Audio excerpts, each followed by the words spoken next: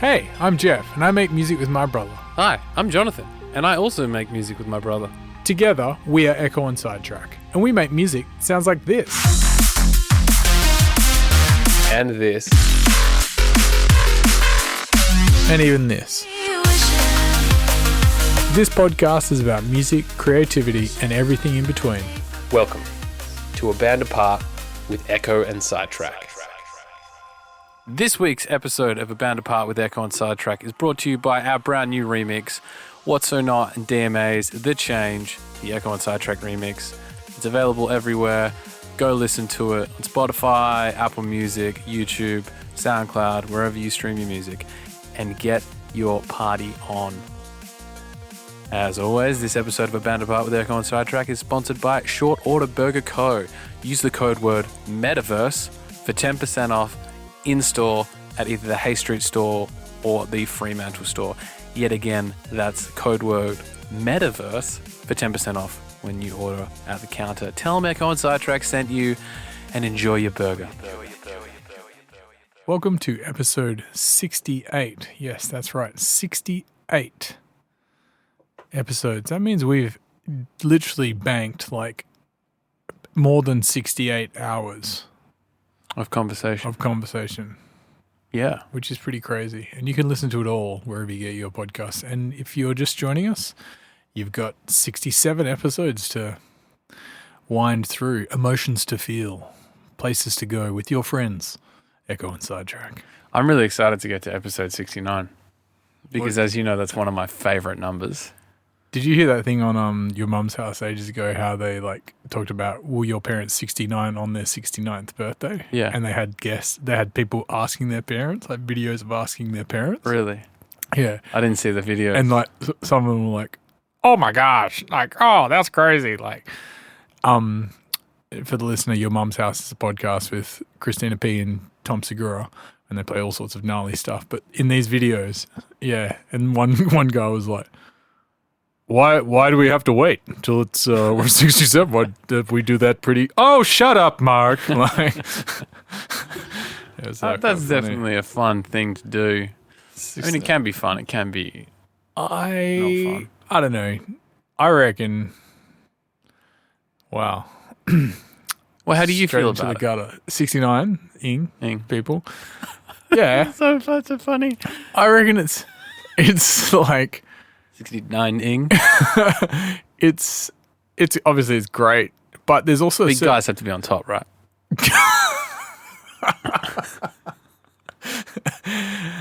Yeah, definitely, especially if no. So I think blanketly, if you as a guy go on top during a 69, you're a piece of shit. I think we can say that unequivocally. Yeah, absolutely. But I'm more of an on top kind of guy. No, you're not. You're you're more of a person that likes to squish your lovers.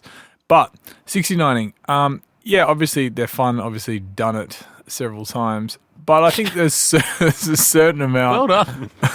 Of yeah, I've done it. I've done it before. I've done a 69 before.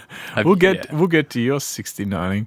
I think there's a certain amount of like concentration and like enjoyment that I get from pleasuring a woman, and like I don't need to be distracted by them pleasuring me, and I don't want them to be distracted. What am I trying to say? It's not required. You don't need to be doing it both at the same time. Yeah, I mean, I agree with that. Put it this way: she can have your member in her mouth, and you can pleasure her other ways, not without your mouth. You don't have to. Like, you could use your fingers. You can use all sorts of other things, toys, whatever. You don't also have to be swung around mouth pleasuring. Yeah, that's true. I guess I don't know why I like it. Well, you're a big proponent of the 69. I think when I was younger, I was, because it was a thing. I think as I've gotten older, I'm like, no, there's better ways to do this. Yeah, there are better ways to do it, but it's definitely something. And ways that feel better, in my opinion. I like because about spinning it around. I like pleasuring women in that way. I think everyone here at the Ekko and Sidetrack podcast can say that they're like that. But also, I don't know, in the past, I think I've found it kind of diving into some deep psyche stuff. Maybe I've found it a bit difficult to just accept pleasure. Oh, you want to give as well? No, like I find it kind of like just if you're just getting a blowjob, like purely just you are getting a blowjob and you're there. Like you're completely dressed and you've just undone your fly and she's sucking on your penis, as is the traditional method. I'm just going to poke it through this little hole here. I don't know. That I think there's definitely been times I've found that a bit like, what do I do with my hand? Like I want to be giving up. You put them behind your head and go, oh yeah. No, yeah, I'm not good at that. I think joking. I think that's something that I'm trying to learn, and probably something to do with my. We talked a few weeks ago about like selfish and selflessness.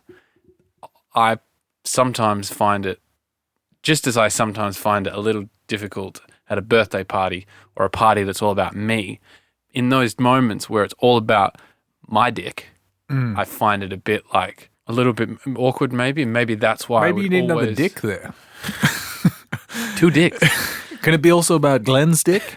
Hey, Cheryl, how are you? No, not like that. I don't know. I think there's a reciprocal, like a reciprocal nature about like you're both pleasuring each other at the same time. Yeah. But I think there's an impersonality to both having your mouths on each other's genitals at the same time. Yeah, I would agree with that. I like. Wow, we've really broken this down. I really like the give and take of sex. I mean, sex should be momentum should be kind of going forward. There should be a lot of moving parts always.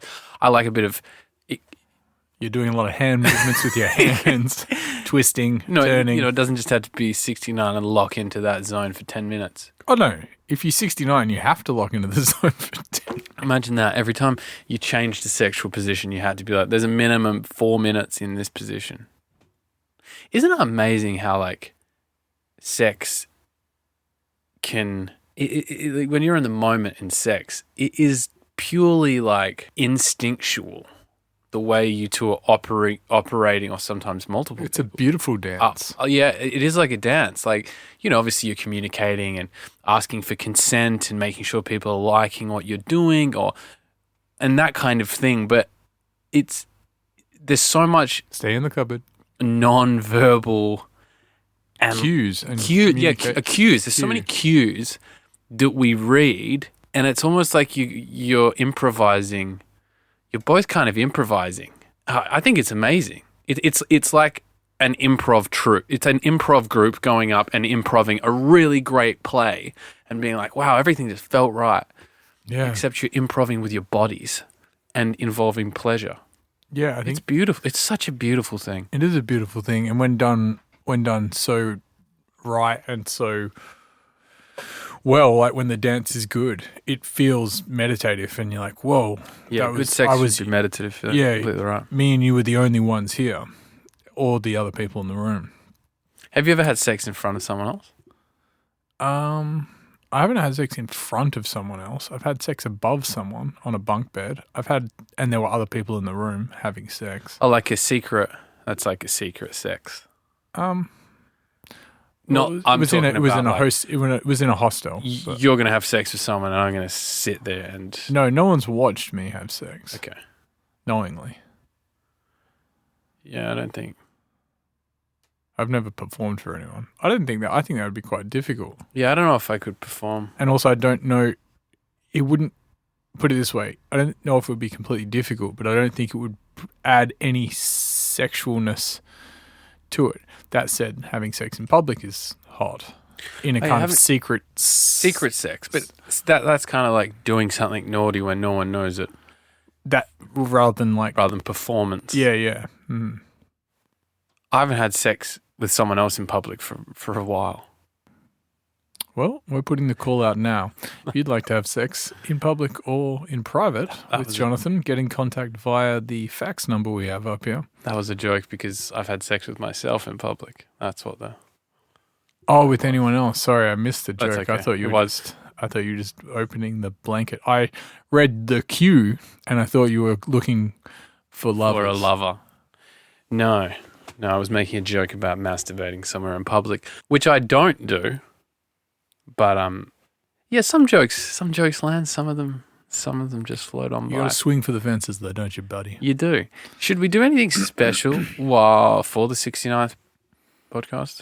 I'm not sure. Maybe the listeners can suggest something. If you've got a suggestion for what we should do for the 69th podcast, listener, email them to echoandsidetrackpodcast@gmail.com. Or just get in touch on the Instagram or socials. It seems so everyone's just doing that now. People just, people proposition you for a remix on Instagram. It's quite, what's the word? Casual. Nonchalant. Yeah, nonchalant, casual. She's asleep. Yeah, we've got a special little buddy in the studio today with us, our dog Polly.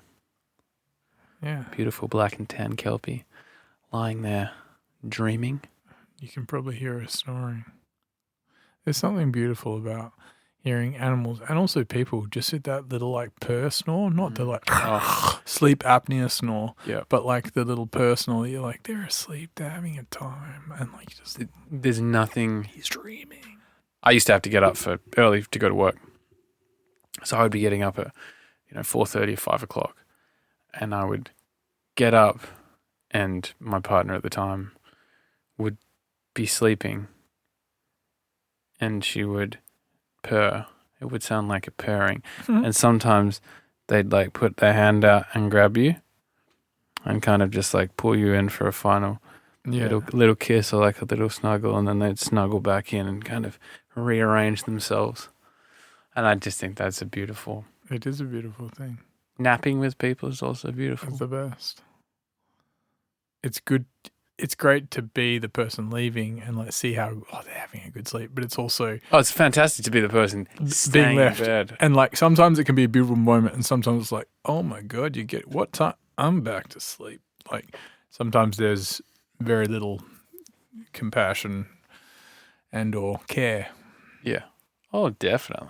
Jeff, I wanted to ask you today. Yes. I heard on a podcast recently these two guys were talking about their first jobs and how your first job and your introduction to the workplace is the first time you're really interacting with adults that are not you don't have to take orders from them. Every adult up until you're, say, 13, 14 has either been a family member or a friend of your mum and dad, or a friend of your parents, rather. Or a parent of your friends. Or a parent of your friends. Or a teacher. So they've got some sort of dominion over you. You have to listen to what they say. There's an amount of disciplinary action that could happen. And then you get a job say you get a job when you're 14, and you just start working with a 25-year-old who doesn't give a fuck. Yeah. And will speak to you however they want to speak to you. They're no longer a 45-year-old adult. It's just a guy or a woman. Mm. And obviously your boss has dominion over you, but that's your introduction to how adults might really speak or what they do. How the world kind of works. And how the world kind of works. Yeah. Do you remember someone in one of your early jobs that you were like, holy shit, I didn't know that maybe an adult could be like this? Yeah. I'll try and think of a few. I went and worked at Woolworths, which is a supermarket, and I worked in the fruit and veg section. Are you drinking water with bubbles? I am drinking water with bubbles. What's the celebration? That's a trick question, Jonathan. You don't need to celebrate anything. Water with bubbles is the best thing ever. Just enjoy them. Today's podcast is brought to you by carbonated water. Carbonate freely. I worked at Woolworths. Was that your first job? I think so. I was pretty late to the party. But yeah, working at Woolworths and the store that we had. So it's a big supermarket, and there was a big fruit and veg section. They were building a new version of our store around the corner, and so ours was kind of like an older, not run down, but things were pretty casual. And there was a boss, and then who was an Italian guy. And there was a 2IC, and there were two of them, and they were like 25. Yeah, exactly like you said. And one was a bit like more straight than the other, but they were both cool guys. And I just remember like working with them, and it was completely different. Like you work a weekday shift, like you'd finish school or something, and you'd go there for like the last 3 hours or 2 hours, and like working when the boss was there, like everything was done properly and like by the book, and it was that parental thing. And then when just one of those guys was there, you had to do the things, but it was a bit more, there was like more room for laughter. And like I shone in that thing, like, you know, my character was able to come out more openly to make some jokes and like, you know, not even make jokes, just do things a bit more casually. Be a bit more yourself. Be a bit more rather myself. Than so while I was guard. Yeah, while I was still wearing a goddamn green apron and a weird little elastic hat and stuff.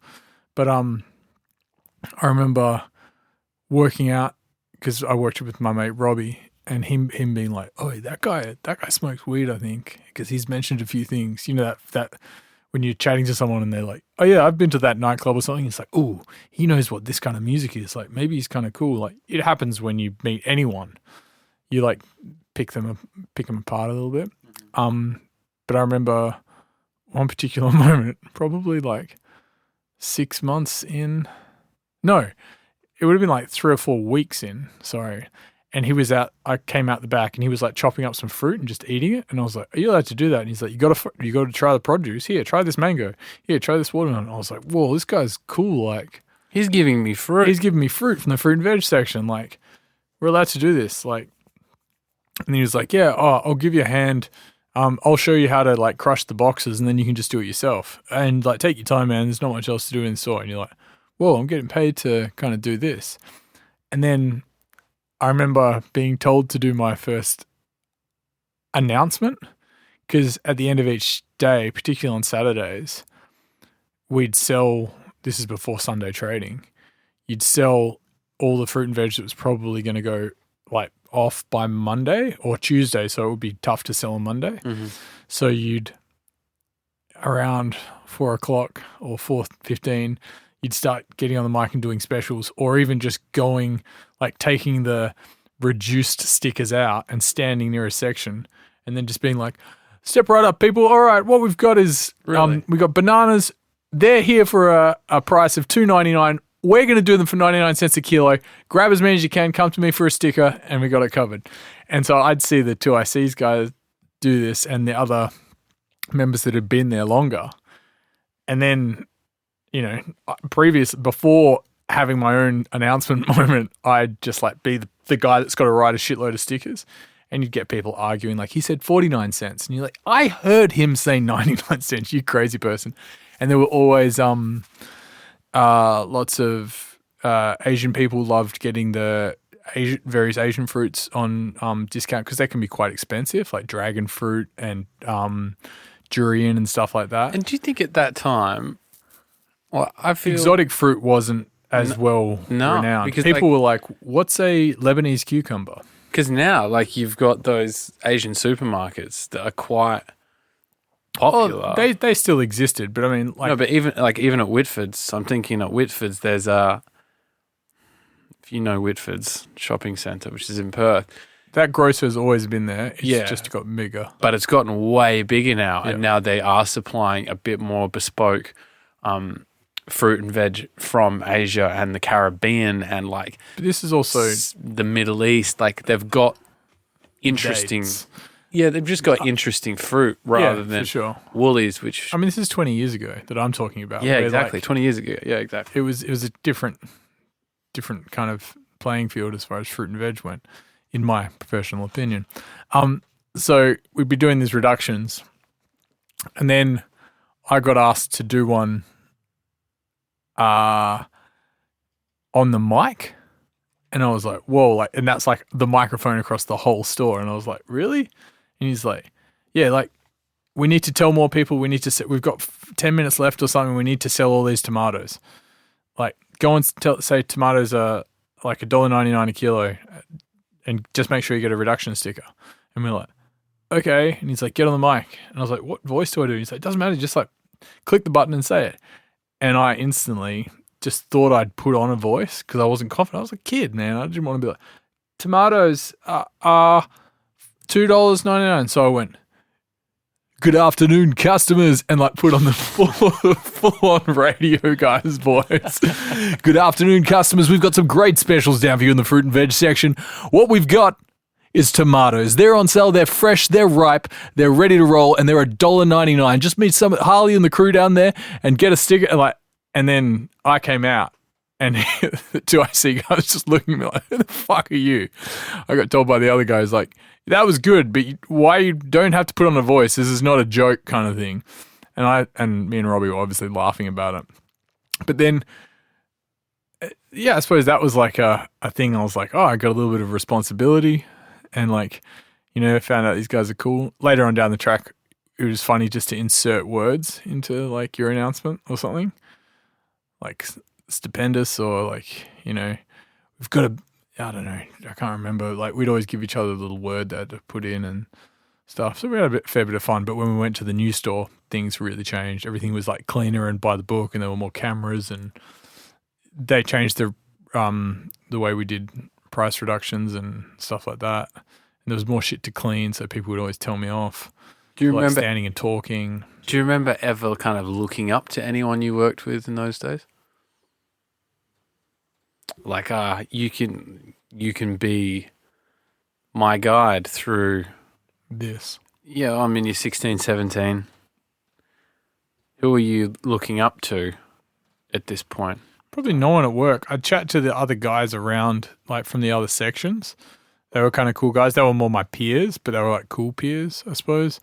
But nah, I didn't really look to anyone as like a guide. I'm trying to think. When I went up north, I would have been 19, just turned 19 when I went up north after I'd quit Woolworths. The boss at Woolworths was like, I think you need to lift your game, Jeff. Today you were a bit slow and doing this, talking too much and stuff. This fucking iconic voice. Anyone that's worked at Woolworths in the northern suburbs would know that guy. He was in like an area manager or something, but he said this like as we're leaving. He's like, "Oh, Jeff, oh yeah, I see this," and I was like, "I think I might just quit." And he like looked at me like this fucking like, you little smartass, and I was like, "Yeah, I might just go work up north and make a heaps of money," and just like held his gaze, scanned off with my finger scan because I knew I already had a job, to save up to go to Vietnam for a while, and then I never had to come back, but. When I worked up north, there was a guy like, I was fucking 18 or, just turned 19 or something. And there was guys up there that I was like, I got to try and fit in and like learn off these people. And they were pretty crazy. But anyone that you would look back and go like, that person was a life mentor. A guiding light. No. I'd love a mentor.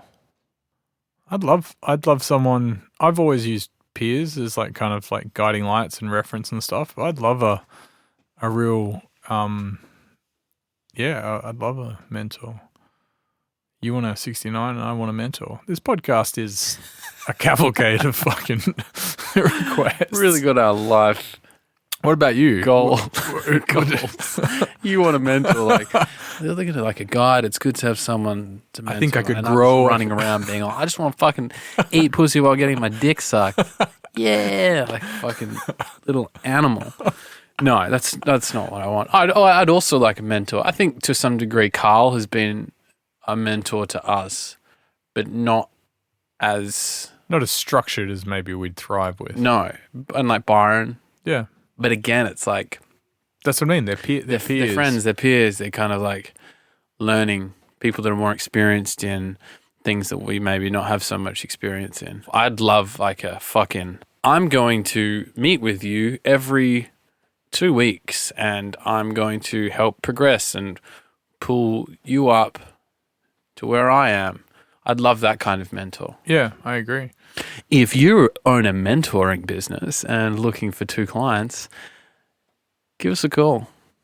Not really. I think there's so many people that do mentoring or life coaching or anything that kind of has this. I'd love the right type of person, but don't come to me. If you've got no experience or no valuable experience, don't pretend that you have knowledge to impart. Also, not even a life coach. I want someone that's in our industry and very successful that then goes, you want someone that doesn't want to be a mentor.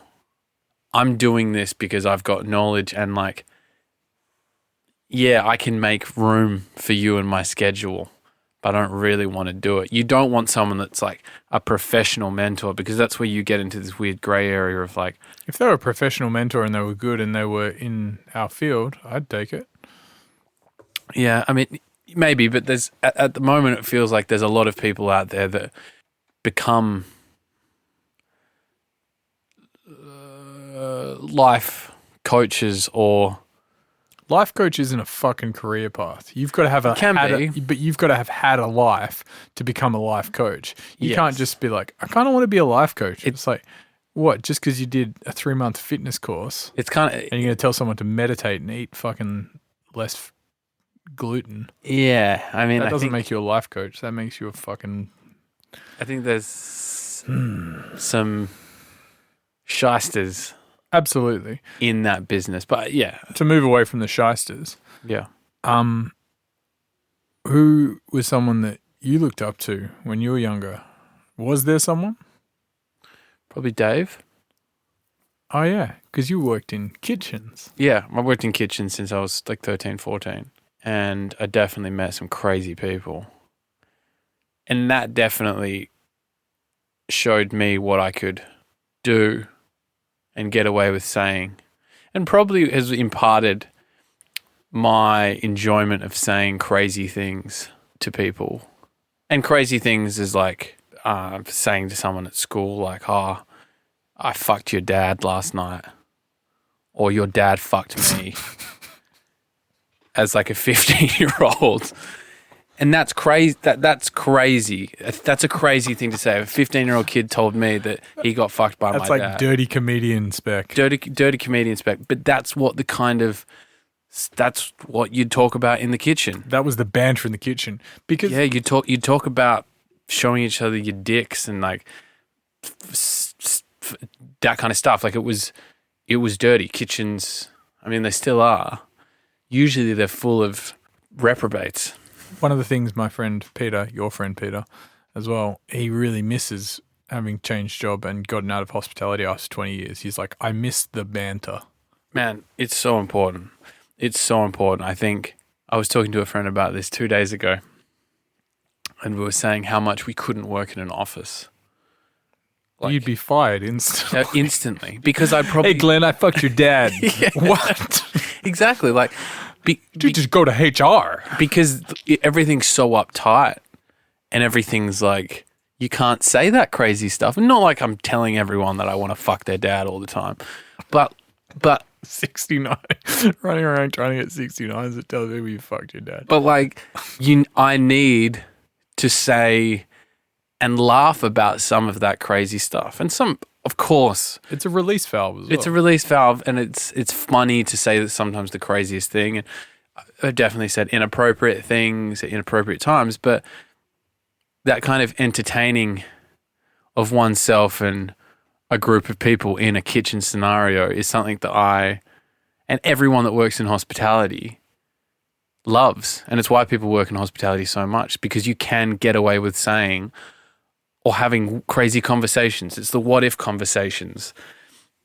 It's the hilarious jokes when you're pissed. It's having 3 coffees at 7 o'clock in the morning and laughing about God knows what. Did you think it's part of it is making the sheer onslaught of service work? Yeah. A lot of it is because it's so stressful. Our service is stressful. It's a high stress situation. It could be equatable to war in some ways. Like a group of people going through a very stressful thing, and to get through it, you all have to rely on each other so much. Obviously, the outcomes and what's at stake is definitely not as intense. We're not talking about Get these eggs Benedict out. But You're no, about we're not to talking about go life into and the death, trenches. obviously, and it's not as dangerous, etc., and all that, of course. But you are in a tight little group where everyone needs to do their job, and if someone fucks up, it hurts everyone. You need to rely on each other. You need to rely on each other, and every single day, or every single service, if you're doing 3 services a day, you've got 3 opportunities where you can bond and band together and work together and get through something. And after you get through a busy service, you look to the others around you like we fucking made it through the war, or we made it through the battle. Thank you. Like you were there for me. That's why bonds are so are formed so tightly in restaurants and in kitchens and in any facet, bars, anyone in hospitality. That's why hospitality friends exist, because you go through and deal with annoying customers, rude people, stressful situations, and that bonds you. It's like trauma. It's like trauma bonds. But obviously it's not as traumatic as war or going through an accident together or an emergency, but that shit brings you together. Yeah. You add that plus trying to make light of the situation because it is stressful, so you want to joke about something funny. And like you get this environment that's just highly high. You're drinking a lot of coffee. You're high energy for the service. That's a way to diffuse the energy, I think, by being funny, by being ridiculous, because otherwise there might be more yelling and anger and frustration, which is another classic trope of a chef and a kitchen. Absolutely. Which I think is changing a bit though as well. But I definitely looked up when I was younger to Dave and even Darren and just some of the older guys in the kitchen. There was a guy, it was young Dave, who was an apprentice. He was a mature age apprentice. He was like 30, 31, gave me some solid advice when I was like 18. Do you remember that advice now? Yeah, he, a girl that I was in love with at the time, wanted to be on the bottom during 69? And he was like, don't do it, man. No. You'll squish her. She was sleeping with someone else and I didn't know. And then I found out, and I had been telling myself that she wasn't and she liked me, but she didn't. Oh, and I remember getting advice off him while he drove me home one night. And I was feeling really down and being like, fuck, I feel like an idiot. I like this girl, but she, people told me that she was with someone else and I just kind of didn't want to believe it. I feel like a fool. Everyone goes through that kind of stuff. Mm-hmm. I was probably about 18, 17 even. And he was like, it happens to everyone, man. But like, isn't it amazing that you can feel so bad right now? Like something is so important to you that it can make you feel so low, and you have the ability to feel that broad spectrum of experience. Isn't that incredible? And I was like, yeah, it is kind of mad that I can feel, I can go from thinking that I'm in love with someone to feeling so depressed and sad at losing them or being hurt by them. Yeah, that is kind of crazy. He's like, yeah, it's a spectrum of life. It's pretty beautiful. And he dropped me home and I was like, that's some fucking wisdom. That's some solid wisdom. And I remind myself of that. And I've given that advice to other people. And I've given that advice to myself countless times, being like, it's pretty, like you get to step outside of yourself for a second. You're like, well, it's pretty amazing that I can even feel this, because a dog can't feel this level of sadness. Maybe. I don't know. But, we're conscious beings and we're so aware of so much. It's amazing that we can experience it. And that thought in a time when you're consumed by sadness is enough to just bring you up a little. Yeah, and maybe even just take you out of the moment. Suck. Of the suck, the whirlpool that you kind of get yourself into when you're thinking everything's so bad and sad. Yeah. I remember that was really solid advice. And then, I don't know, I think work was fun as well. That definitely instilled in my head the idea that work should be fun. I'm the same. I've always had fun at my jobs. Like, and not fucking around and not for the sake of productivity, at least most of the time, not for the sake of productivity, but how important it was to enjoy work. We're here to work, but it doesn't mean we all have to be frowning. Yeah. And I think that instilled that in me and has made all my working experiences, I think I inject more fun into all my jobs, and therefore people tend to be happier when I'm working, which therefore makes me enjoy it more. Yeah, and the circle of life continues. Yeah. You seem deep in thought. I was just thinking back. It's a beautiful thing. Have you ever seen anyone or anything get struck by lightning super close to you?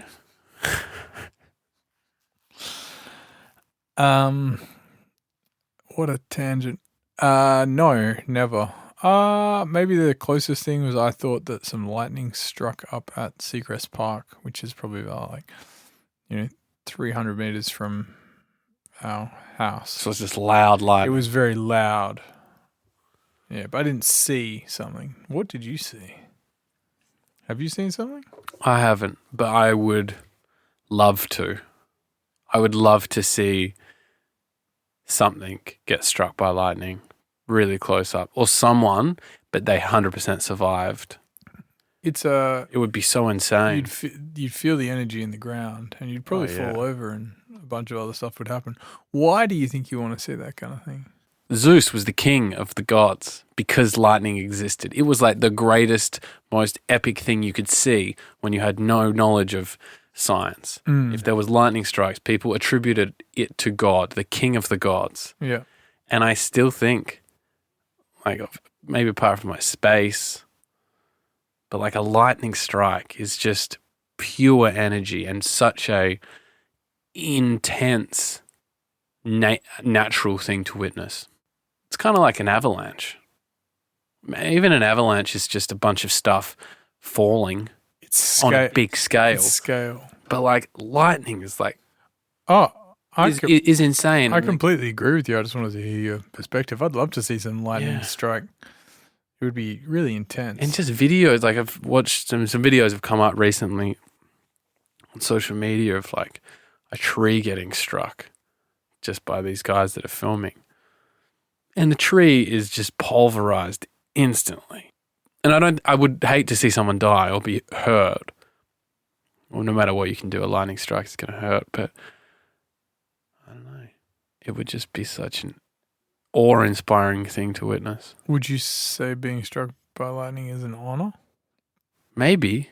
If you survived, man, to be someone that survived a lightning strike would be pretty crazy. But it's a pretty big shield to have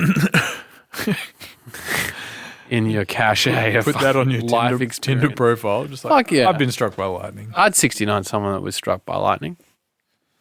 Male or female? I'd be more get in touch. It would be very impressive because you could. I'd love to talk to someone that's been struck by lightning. You can hear an interview with some people that have been struck by lightning. Probe. It's funny because it's something that literally they didn't choose. Yeah. But imagine if it gave you if anything is going to impart some sort of superpower or something on you, it's got to be a lightning strike. I reckon it's going to take something away from you. It might take a lot away, actually. Yeah, maybe that's more likely. It's more likely to debilitate rather than... I can talk to bees. I got struck by lightning. Now I can talk to bees. Or you can hear what bees say. Oh, that'd be annoying. But they don't know. Let's go. Flower, flower, flower. Yes. Back to the hive. The queen. Shut up. But imagine that's what they hear with Wi-Fi or something. The signal. Or dogs hearing whistling. She just ears pricked up when I said dogs. Sometimes when she sleeps, she's shaking around and she's dreaming. What dogs dream?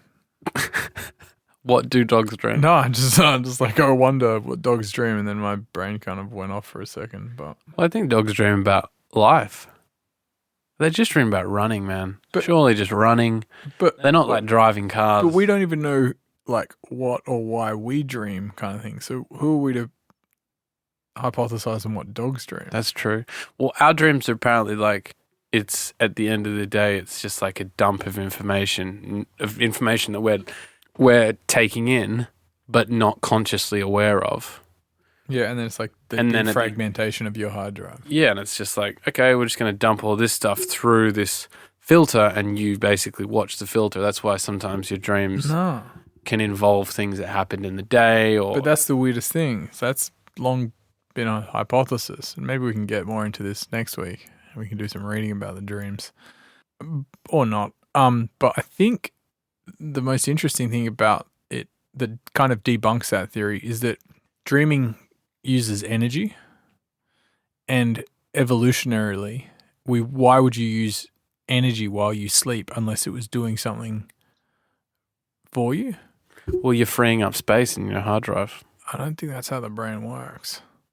But again, I would say that neither of us really know how. no one is qualified to talk about this subject at all. But yeah, I think they've kind of proven that it's not just like kind of a random event we're viewing. There's got to be a reason for it, or like at least because there's more systems in motion than just like a dumping of the brain. But who knows? Sleep is a wondrous thing. One of the reasons dreams, or as you're drifting off to sleep, thoughts can get kind of more random and less attached is because your frontal cortex shuts down, and that's like your reasoning area. So like things that you wouldn't normally link together, you can link together in that That's stage. why your dreams are so Fluid. Yeah. Yeah. Well, maybe next week we can just talk more about dreams and regale with each other with our favorite dreams. What a boring podcast. I still remember a dream from Kalgoorlie. I had a recurring dream when I was young. I've had recurring dreams when I was also young. Let's talk about that next week. Okay. Next week, recurring dreams And when we were young. all right, buddy. Well, I'm going to get into some music. Fantastic. I think I might do the same. If you're in Adelaide, you can come and see us next week. Yes, on the 10th of September, we're going to be playing Electric Circus. There are no pre-sale tickets. Tickets at the door. So come on down and say hello. And if you're a fan of the podcast, make your own T-shirt and wear it, and I'll buy you a beer. if you're a fan of the podcast, it would be really great if you could share this with your friends as well as make your own T-shirt. And like and subscribe, leave a review. Say some nice words. Thanks so much for listening. Buddy, I love you. I love you too, buddy. See ya. Thanks for listening to this week's podcast. Make sure you subscribe to us on your podcast app and keep up to date with all new episodes. They're going to be coming out once a week. We are Ekko and Sidetrack on Facebook and Instagram. On Twitter, we are Ekko Sidetrack. Go listen to our music on Spotify, Apple Music, Tidal, YouTube, or wherever your ears consume happiness. Lots of love, people.